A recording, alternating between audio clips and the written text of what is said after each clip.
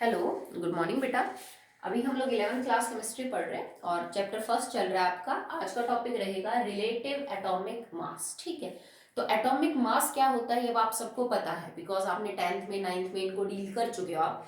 Atom का जो मास है उसको हम बोलते हैं एटॉमिक मास। ठीक है, एक होता है gram atomic mass. If atomic atoms mass is expressed in gram then it is called as gram atomic mass. ठीक है, तो अब हमने आगे लिखा है रिलेटिव एटॉमिक मास। ठीक है, तो एटॉमिक मास होता है ना बेटा, दो टाइप का होता है, या तो ये होगा एब्सोल्यूट या होगा रिलेटिव। एब्सोल्यूट मास से मेरा मतलब है एग्जैक्ट मास जो है। जैसे मैं तुमसे पूछूं बेटा सोडियम के एक एटम का वजन कितना है या सोडियम का मास कितना है, तुम एग्जैक्टली बता दो मैडम इतने ग्राम है, वो जो उसका हो वो हो। ठीक है, रिलेटिव का मतलब होता है कि सोडियम के एटम का वजन हम किसी दूसरे एटम के वजन से रिलेट करके बताएं। सिंपल सी चीज है, जैसे मान लो एक बच्चा ए है कोई बी है, इसका वजन 20 केजी है और इसका 40 केजी है। मैंने आपको ये बता दिया ए का वजन 20 केजी, बी का 40 KG, that is absolute data. ये एब्सोल्यूट है, एग्जैक्ट है, जो है वो बता दिया। ठीक है, रिलेटिव का मतलब क्या है कि मैं आपको ये कह दूं बेटा ए का जो वजन है ना दैट इज 20 केजी और बी का जो वजन है वो ए से ट्वाइस है, तो मैंने बी का वजन आपको रिलेटिव बताया। किससे रिलेट करके बताया? ए के वजन से रिलेट करके बताया। ठीक है, या फिर मैं सिंपल बोल दूं कि जो बी का वजन है ना वो ए के वजन से दुगना है। ठीक है, समझ रहे हो? ए का भी नहीं बताया, बी का भी नहीं बताया, बस इतना कह दिया कि जो बी का वजन है that is twice the weight of A. तो ये होता है रिलेटिव, किसी के साथ रिलेट करके किसी के प्रॉपर्टी के बारे में एक्सप्लेन करना। एब्सोल्यूट का मतलब जो चीज एग्जैक्ट है। ठीक है, तो हमने यहाँ पे लिखा है रिलेटिव एटॉमिक मास, मतलब हम एलिमेंट्स का जो मास है वो किसी दूसरे एलिमेंट से रिलेट करके और फिर बताएंगे। ठीक है, तो लास्ट जो हमने टॉपिक किया था दैट इज एवोगैड्रोस हाइपोथेसिस, और वो क्या कहती है कि equal volume of all gases at STP, और मैंने लिख रहा था इसकी same condition of temperature and pressure लिख ली, at same condition of temperature and pressure will contain same number of molecules. हमने लास्ट हाइपोथेसिस ये पढ़ी Avogadro's, equal volume of all gases, कोई भी गैस हो कोई फर्क नहीं पड़ता, अगर आपने टेम्परेचर और प्रेशर की कंडीशन सेम ले रखी है तो उनके अंदर जो हमेशा नंबर ऑफ मॉलिक्यूल्स है that will remain the same. जैसे मान लो कि मैंने 1 लीटर ली ऑक्सीजन और मैंने 1 लीटर ले ली हाइड्रोजन, और मैं सिर्फ समझाने के लिए बता रही हूं, और इसके अंदर आपके मॉलिक्यूल मिले आपको 1000, टेम्परेचर प्रेशर सेम है, तो इसके अंदर भी मॉलिक्यूल कितने मिलेंगे? 1000। ठीक है, अब आपको ये पता करना है कि what is the ratio of masses between this and this. भाई इस ऑक्सीजन के 1000 मॉलिक्यूल के मास कितना है और हाइड्रोजन के 1000 मॉलिक्यूल के बीच का जो मास है वो कितना है। ठीक है, मैंने बोला ना 1000 मॉलिक्यूल इसके आगे 1000 मॉलिक्यूल इसके। अब 1000 मॉलिक्यूल का मास, ऑक्सीजन के 1000 मॉलिक्यूल का वजन कितना, हाइड्रोजन के 1000 मॉलिक्यूल का वजन कितना, इन मॉलिक्यूल्स के बीच में आप रेशियो निकाल लीजिए बाय मास का जो रेशियो है। ठीक है, mass of 1000 molecules of hydrogen कर लीजिए and divided by mass of 1000 molecules of oxygen. ठीक है, अगर मुझे ये पता करना है कि हाइड्रोजन गैस ऑक्सीजन गैस से कितनी भारी या कितनी हल्की है तो मैं ये कर सकती हूँ। ठीक है, कि mass of 1000 molecules of hydrogen divided by mass of 1000 molecule of oxygen. इसका सीधा सा मतलब है कि mass of 1 molecule of hydrogen बटे में mass of 1 molecule of oxygen. समझते हो कि यहाँ पे 1000 की जगह आप 1 कर दीजिए, थोड़ा सिंपल हो जाएगी कैलकुलेशन। हाइड्रोजन के एक जो मॉलिक्यूल का वजन है वो और एक मॉलिक्यूल का ऑक्सीजन के वजन, उनका आप रेशियो निकाल लीजिए। ठीक है, तो क्या रेशियो आएगा भाई, हाइड्रोजन के एक मॉलिक्यूल का वजन 2, ऑक्सीजन के एक मॉलिक्यूल का वजन कितना हो गया 32, आंसर आ गया 1 16। मतलब रेशियो विल ऑलवेज बी 1:16। ठीक है, अब हाइड्रोजन गैस का फॉर्मूला क्या है H2, ऑक्सीजन गैस के फॉर्मूला क्या है O2। ठीक है, अब आपने इसको सॉल्व किया तो आपको ये बात पता चली भाई हाइड्रोजन गैस और ऑक्सीजन गैस के जो मास का रेशियो है वो हमेशा 1:16 है, और दोनों के ही मॉलिक्यूल में दो दो एटम मौजूद है। ठीक है भाई, दोनों के मॉलिक्यूल में दो दो एटम मौजूद है। इसका मतलब ये हुआ कि हाइड्रोजन के एक एटम और ऑक्सीजन के एक एटम में भी ये रेशियो होगा 1:16। समझ रहे हो कि नहीं? ठीक है, हमने कहां से स्टार्ट किया बेटा? एवोगैड्रो हाइपोथेसिस को हमने बेस माना। It tells us that equal volume of all gases at same temperature and condition contains equal number of molecules. हम इसको क्यों यूज कर रहे हैं? क्योंकि आज तो हमारे पास बहुत एडवांस टेक्निक है, हम एक एटम का, इलेक्ट्रॉन का, इनका मास भी निकाल सकते हैं। पहले इतना नहीं पता था, तो बहुत भारी प्रॉब्लम थी कि इतने छोटे छोटे जो एटम्स हैं उनका मास कैसे पता किया जाए, कैसे पता किया जाए हाइड्रोजन का वजन कितना है, एक एटम का, ऑक्सीजन का कितना है, ठीक है। तो वहां पे बहुत दिक्कतें आ रही थी इतने छोटे एटम्स को मेजर करने के लिए, उनका मास मेजर करने के लिए, किसी पर्टिकुलर ग्राम ऑफ एटम में कितने जो है वो आपके नंबर ऑफ एटम्स या मॉलिक्यूल्स मौजूद है, ठीक है। तो हमने इसको बेस मान के इस प्रॉब्लम को सॉल्व करने की कोशिश की, ठीक है, कि अगर वॉल्यूम सेम कर दे और टेम्परेचर और प्रेशर सेम कर दे तो नंबर ऑफ मॉलिक्यूल्स तो हर गैस में बराबर है। मैंने इसका भी 1 लीटर ले लिया, इसका भी 1 लीटर, मान लो इसमें भी 1000 मॉलिक्यूल निकले, इसमें भी 1000।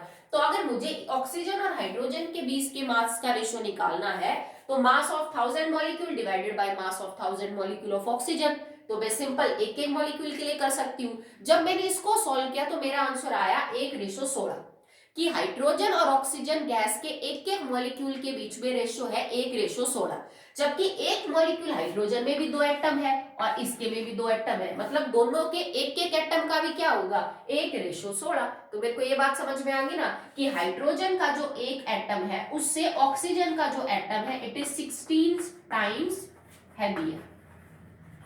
बात समझ में आई कि नहीं? तो इस चीज से मैंने ये चीज कैलकुलेट आउट की कि हाइड्रोजन जितनी भारी है, हाइड्रोजन का एक एटम जितना भारी है, पता नहीं कितना भारी है, पर उससे 16 गुना ज्यादा भारी होगा ऑक्सीजन का एक एटम।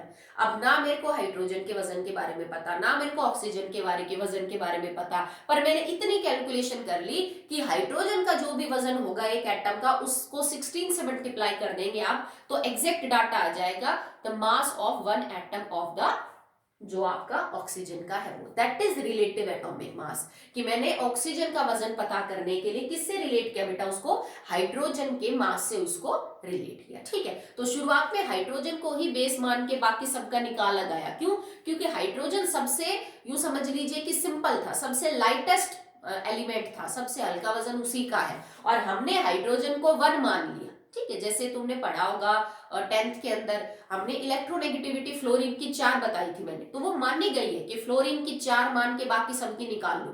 तो इसी तरह हमने हाइड्रोजन क्योंकि सबसे हल्का एलिमेंट था वजन के हिसाब से, उसकी 1 मान ली और उसकी 1 के हिसाब से बाकी सबके निकालते चलेंगे कि अगर हाइड्रोजन के एक एटम का वजन 1 है तो बाकी सबका जो है वो कितना होगा। तो जैसे हाइड्रोजन का एग्जैक्टली होता है 1.008 और ऑक्सीजन का होता है एग्जैक्टली 15.994। तो अप्रोक्सीमेटली इसको 1 और इसको क्या लिखा जा सकता है, 16 लिखा जा सकता है, ठीक है। तो शुरुआत में तो हाइड्रोजन को लेके किया गया, पर हाइड्रोजन के केस में प्रॉब्लम थी क्योंकि उसके केस में सबका जो मास आ रहा था ना वो फ्रैक्शनल था, पॉइंट्स में आ रहा था, ठीक है। तो हाइड्रोजन को फिर वहां से छोड़ दिया गया, फिर ऑक्सीजन को बेस माना गया, भाई ऑक्सीजन को बेस मान के बाकी सबका पता किया गया। और जो आज जो लेटेस्ट तरीका है उसमें हमने कार्बन को बेस मान रखा है, ठीक है। We are taking the C12 isotope as the basis to find out the masses of all element in the periodic table। क्योंकि कार्बन के भी 2 आइसोटॉप है बेटा, 12 और 14। अगर तुमने 12 की जगह 14 ले लिया तो तुम्हारा मास गलत हो जाएगा। तो आज जो भी पीरियोडिक टेबल के अंदर आपको मासेस गिवन है एलिमेंट के, वो हमने कार्बन के 12 आइसोटॉप को बेस मान के, ठीक है, उसको उससे रिलेट करके जो है वो निकाल रखे हैं, ठीक है। तो अब आपसे कोई पूछे कि what is relative atomic mass, तो अब आप समझा सकते हो, ठीक है। चलो इसको देखते हैं। Now the definition of atomic mass, इतना पढ़ने के बाद अब एटॉमिक मास की डेफिनेशन, एक्चुअली में द रिलेटिव एटॉमिक मास की क्या डेफिनेशन होगी। सो एटॉमिक मास और relative atomic mass of an element is the number of times that element heavier than the one atom of C12 isotope।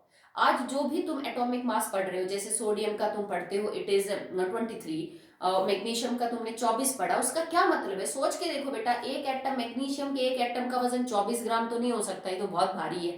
तो वो दे क्या रखा है फिर तुम्हें कि सोडियम का 23 है, मैग्नीशियम का 24 है, कार्बन का 12 है, वो है क्या? आज तुम्हें पता है it is the mass of 1 mole of atom, समझ रहे हो। तो वो जो 16, 12, 23, 27 ये चीज क्या है, ये तुम्हें ये बताता है कि इस एलिमेंट का जो वजन है, ठीक है, एक एटम का, वो कितना गुना ज्यादा है from mass of one atom of C12 isotope. ठीक है, मान लीजिए मास of one atom of C12 is x ग्राम। मैंने x ग्राम मान लिया कि भाई कार्बन 12 आइसोटॉप के कार्बन के एक एटम का जो वजन है वो x ग्राम है। पहले टेक्निक नहीं थी बेटा ये सब फाइंड आउट करने की कि एक एटम का वजन कितना है। आज तो हमारे पास इंस्ट्रूमेंट है, मास स्पेक्ट्रोमीटर इज द इंस्ट्रूमेंट, जिससे आप छोटे से छोटे एटम का भी वजन पता कर सकते हो, पहले नहीं था। ठीक है, मान लो x ग्राम है और मैं यूं कहती हूँ कि सोडियम का जो वजन है, जो रिलेटिव एटॉमिक मास है, दैट इज 23 ग्राम। इसका क्या मतलब हुआ कि कार्बन के एक एटम C12 के एक एटम का जो मास है, एक्चुअली में sodium is 23 times heavier than that mass. Okay भाई, atomic mass of an element is the number of times that element heavier, जितने गुना वो भारी है from one atom of C12 isotope. की सोडियम का एक एटम कार्बन 12 के एक एटम से 23 गुना भारी है। इसी वजह से हमने सोडियम का रिलेटिव एटॉमिक मास लिखा 23 ग्राम। 24 ग्राम मैग्नीशियम का मतलब 24 गुना भारी है। जैसे मान लीजिए आपने लिखा फॉर एग्जांपल, जैसे लिखा ऑक्सीजन का 16, तो 16 गुना क्या है, भारी है। तो रिलेटिव एटॉमिक मास कुछ नहीं, ये वो नंबर ऑफ टाइम्स है जो कार्बन 12 के एक एटम से इनका जो वजन है वो भारी है। ठीक है, यूजुअली हम रिलेटिव एटॉमिक मास को AMU में रिप्रेजेंट करते हैं, that is atomic mass unit, या इसको शॉर्ट फॉर्म में म्यू लिखते हैं। अब आपसे कोई पूछ ले what is atomic mass unit, तो it is 1/12 of mass of one atom of C12। अब AMU में आप रिप्रेजेंट करते हैं, तो AMU किसके बराबर हो जाएगी, एक AMU किसके बराबर है, मास of one atom of C12। Carbon 12 के एक एटम का जो वजन है, जैसे मैंने x ग्राम माना, उसका भी 1/12 कर दीजिए, तो यह आंसर हो जाएगा x/12। इसको अब क्या मान के चलेंगे, 1 AMU। ठीक है, आप इसको सॉल्व भी कर सकते हो मोल कॉन्सेप्ट से। कैसे, देखो तुम्हें ये पता है कि 12 ग्राम वजन है एवोगैड्रो नंबर जितने एटम का, क्योंकि वो एक मोल है, तो एक एटम का कितना वजन होगा वो तुम आराम से पता कर सकते हो बाय मोल कॉन्सेप्ट, और फिर उसके बटे में 12 करके। तो ये आपका होमवर्क है, you have to tell me the value of 1 AMU। 1 AMU कितने ग्राम के बराबर होगा, कैसे निकालोगे इसको, आप यू लिखोगे Avogadro number of atoms content of carbon contains 12 gram, weight वजन एक एटम कितना करेगा बटे में एवोगैड्रो नंबर, तो ये वजन हो जाएगा, और बटे में क्या कर दोगे 12, क्योंकि AMU के लिए हमें उसका भी क्या करना है, बटे में 12। तो आप ऐसे आराम से निकाल सकते हो कि 1 AMU किसके बराबर होगा और फिर जो रिलेटिव एटॉमिक मास है वो किसके बराबर। एक और आपका काम है जो आपको करना है, नहीं तो फिर नेक्स्ट वीडियो में मैं ये समझाऊंगी पहले, उसके बाद आगे करेंगे कि what is the difference between 23 gram and 23 mu, what is the difference between these two term. अगर आपसे कोई कहे कि जो सोडियम का वजन है दैट इज 23 ग्राम मास और 23 म्यू, तो इन दोनों में फर्क क्या है, दोनों सेम है, दोनों डिफरेंट है। अगर डिफरेंट है तो फिर आप कैसे पता करोगे कि दोनों के अंदर जो है वो डिफरेंस क्या है। ठीक है, नेक्स्ट, कई बार क्या होता है कि आपका जो एलिमेंट है उसमें आइसोटॉपिक इफेक्ट होता है, भाई वो एक आइसोटॉप्स में मिलता है, एक से ज्यादा उनके जो यू समझ लीजिए कि मास मिलते हैं आपको, तो उसका फिर आप एटॉमिक मास क्या मान के चलोगे। जैसे क्लोरीन है, क्लोरीन 35 की फॉर्म में भी मिलता है, क्लोरीन 37 की फॉर्म में भी मिलता है, तो आप किसका मानोगे कि भाई 37 लेके सॉल्व करें न्यूमेरिकल्स को कि 35, तो हम इनका एवरेज लेते हैं। ठीक है, तो जो आप 35.5 ले रहे हो दैट इज एवरेज, पर वो एवरेज यूं नहीं होता कि 35 प्लस में 37 बटे में 2, नहीं, वो डिपेंड करता है कि इनकी जो परसेंटेज अवेलेबिलिटी है वो कितनी है। जैसे मान लो तुमने 100 ग्राम क्लोरीन ली, तो 100 ग्राम क्लोरीन के अंदर तुम्हारे पास कितने क्लोरीन के एटम 35 वाले हैं और कितने 37 वाले हैं, वो तुम्हें पता होना चाहिए। जब तुम्हें उनकी परसेंटेज पता होगी तब जाके तुम कर सकते हो कि इनका जो एवरेज है वो क्या होगा। अब हमें पता ये चला कि 100 ग्राम में से जो 75% एटम थे वो 35 वाले थे, और जो 25% एटम थे वो कितने थे, 37 वाले थे। अब हम निकाल सकते हैं कि what is the average atomic mass of chlorine. क्या करोगे भाई, 35 वाले कितने हैं, एक थर्ड 3 इससे 35 वाले हैं, और एक हिस्सा क्या है 37 वाला है, तो आप इसको कैसे सॉल्व करोगे, it is 35 multiply by 3 plus में 37 मल्टीप्लाई बाय 1 प्लस में 3 प्लस 1 4। ये चीज तुम ऑलरेडी आई थिंक 9th में कर चुके हो, ठीक है। तो इसको सॉल्व करने के बाद फिर आपका जो आंसर आएगा दैट इज 35.5। तो जब कभी भी कोई एलिमेंट आइसोटॉप्स में अवेलेबल है तो उसका एवरेज एटॉमिक मास जो है वो पता किया जाता है। जैसे कि ये आ रहा है 35.5, ठीक है। बाकी भी किसी का आ सकता है, बाकी भी कई सारे एलिमेंट्स हैं जो आइसोटॉप्स की फॉर्म में मिलते हैं, तब हम उनका एवरेज निकाल लेते हैं। और एवरेज निकालने के लिए उनकी जो परसेंटेज कंपोजिशन है उसको कंसिडर किया जाता है। ये नहीं सीधा बटे में 2 कर दिया, जो एलिमेंट जिस परसेंटेज में मिल रहा है उसको उससे मल्टीप्लाई करके और फिर सॉल्व किया जाता है। कई बार परसेंटेज आपको गिवन नहीं मिलती, आपको फ्रैक्शनल अबेंडेंस दे देता है, तो उससे भी आप सॉल्व कर सकते हो। फ्रैक्शनल अबेंडेंस का मतलब भी यही होता है बेटा कि वो जो आइसोटॉप है वो कितने रेशो में पाया जा रहा है। तो जैसे मान लो तुम्हारे पास एक एलिमेंट है x, उसके 3 आइसोटॉप है और उन तीनों का दे रहे, जैसे xa है, xb है, xc है, और इनकी फ्रैक्शनल अबेंडेंस दे रखी है 0.09 मिलता है, ये 0.0928 समथिंग, मतलब ऐसे कुछ डाटा आपको दे रखा है। ये फ्रैक्शनल अबेंडेंस देती कि ये चीज इतने है, ये चीज इतनी मिलती है, ये चीज इतनी मिलती है। अब आप इसका एवरेज एटॉमिक मास बताओ क्या, क्योंकि इसके तो 3 आइसोटॉप है, तो आप इसको सीधा कर सकते हो। जैसे मान लीजिए कि इनका आपको वजन दे देगा वो कि भाई इसका एटॉमिक मास है मान लीजिए 20, इसका एटॉमिक मास है 19, इसका एटॉमिक मास 21 है, तो 21 मल्टीप्लाई बाय दिस प्लस में 19 मल्टीप्लाई बाय दिस प्लस में 20 मल्टीप्लाई बाय दिस, तो आप इसको सीधा सॉल्व कर सकते हो जो भी आपका आंसर है, ठीक है। अगर आपको परसेंटेज दे रखी है तो फिर जैसे मैंने क्लोरीन के केस में बताया वैसे सॉल्व कर लो। अगर आपको डायरेक्ट फ्रैक्शनल अबेंडेंस दे रखी है, कितने फ्रैक्शन पाया जा रहा है ये, तो आप इसको सिंपल सॉल्व करो। 20 मल्टीप्लाई बाय 0.09 प्लस में 19 मल्टीप्लाई बाय 0.0982 एंड प्लस में इट इज 21 मल्टीप्लाई बाय 0.0932। तो इस तरह से हम रिलेटिव एटॉमिक मास के साथ साथ एवरेज रिलेटिव एटॉमिक मास भी निकाल सकते हैं। पर करा सबको वही ध्यान में रखे गया है कि C12 आइसोटॉप के एक एटम के वजन को ध्यान में रख के हमने इन सबको निकलवाया है। तो अब इतना तो आपको याद ही होगा, क्योंकि अगर ये काम नहीं करोगे तो आगे जाके प्रॉब्लम आएगी। स्टार्टिंग फ्रॉम हाइड्रोजन से लेके अप टू जिंक, आपको सबका जो एटॉमिक मास है वो पता होना चाहिए, ठीक है। इतना तो मिनिमम है बेटा कि 1 से लेके और 30 तक के जो एलिमेंट है उन सबका जो एटॉमिक मास है वो आपको पता होना चाहिए। रिलेटिव एटॉमिक मास मैक्सिमम का तो आपको पता है, 20 तक तो आई नो ऑल बच्चों को पता ही पता है, तो इससे आगे भी कर लेना। और कुछ सेलेक्टिव एलिमेंट्स हैं जिनका भी पता होना चाहिए, क्योंकि न्यूमेरिकल्स में वो यूज होगा, मैं बता देती हूँ, आप याद कर लेना, ठीक है। जैसे सिल्वर का याद करेंगे आप, गोल्ड का, इसके अलावा आप याद करेंगे फॉर ए कॉपर, चल कॉपर तो 130 में आ ही जाएगा। मरकरी का आप याद करेंगे। नेक्स्ट इज ऑफ जो कुछ सेलेक्टिव एलिमेंट्स हैं जिनका यूज करते हैं हम, गोल्ड, प्लेटिनियम, ठीक है। Next is lead, PB. इन कुछ एलिमेंट्स का भी याद कर लीजिएगा, क्योंकि ये वो है जो अक्सर आपसे कहीं ना कहीं किसी ना किसी फॉर्मूले में जो है वो पूछ लिए जाएंगे। तो ये वो गिने चुने हैवी मेटल्स हैं जिनका आपको एटॉमिक मास जो है रिलेटिव एटॉमिक मास याद होना चाहिए, ठीक है। चलिए आगे देखते हैं। Next is gram atomic mass. So what is gram atomic mass? If atomic mass is expressed in grams, it is known as gram atomic mass, ठीक है। तो जब भी हम किसी सब्सटेंस के वजन को ग्राम में एक्सप्रेस करेंगे उसको हम ग्राम एटॉमिक मास जो है वो बोलेंगे। जैसे सोडियम का 23 ग्राम, ऑक्सीजन का 16 ग्राम।